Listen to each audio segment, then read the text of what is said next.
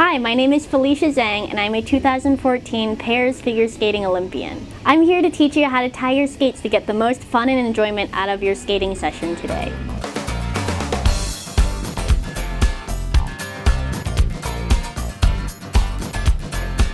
A lot of things that I see while parents or skaters themselves tying their skates is that either they're too loose and their ankles are just all over the place, and that's not great for your ankles. But you don't also want them too tight or else you'll lose circulation and you can't feel your feet.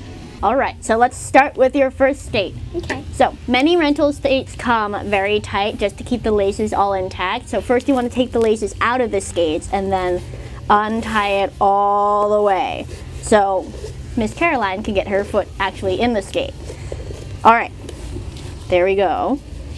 Okay, first thing you want to do is make sure the skate is all the way in. And Caroline, is it in? Yes, it is. Okay, make sure their toes all the way to the front and make sure their heel is all the way down.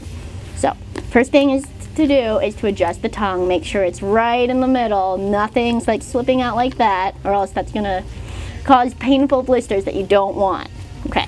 Then you're going to just start tying the bottom of the laces, not too tight, but not too loose, or else your ankle is going to be wobbling around, and that's not great either. All right. So, as we go, make sure it's tight enough. Is it tight enough? Yep. All right. Okay. And as you get to the top, we're going to tighten it one last time and readjust the tongue. Okay, ready? What I like to do is to take the laces, you cross them over first, you go over the loops and then back under and then switch. And then over and under and back under. And make sure they're still tight because you don't want that angle to roll. How does it feel? Good. Good? Perfect. Alright, once you get to the top, just like a shoelace, you want to make your first knot and then you want to do your 2 bow ties. And you want to make sure these little strings, they're not touching the ice because you're going to step on them and you're just going to be falling all over the place. Double knot it if you have to, triple knot it, and there you go. Alright, now we're going to have Mom tie Caroline's skates. So, same thing, we're going to have to take the laces out of the skates and untie them all the way down enough so the tongue can come out and Caroline's foot can slide right in. So, there you go. Good.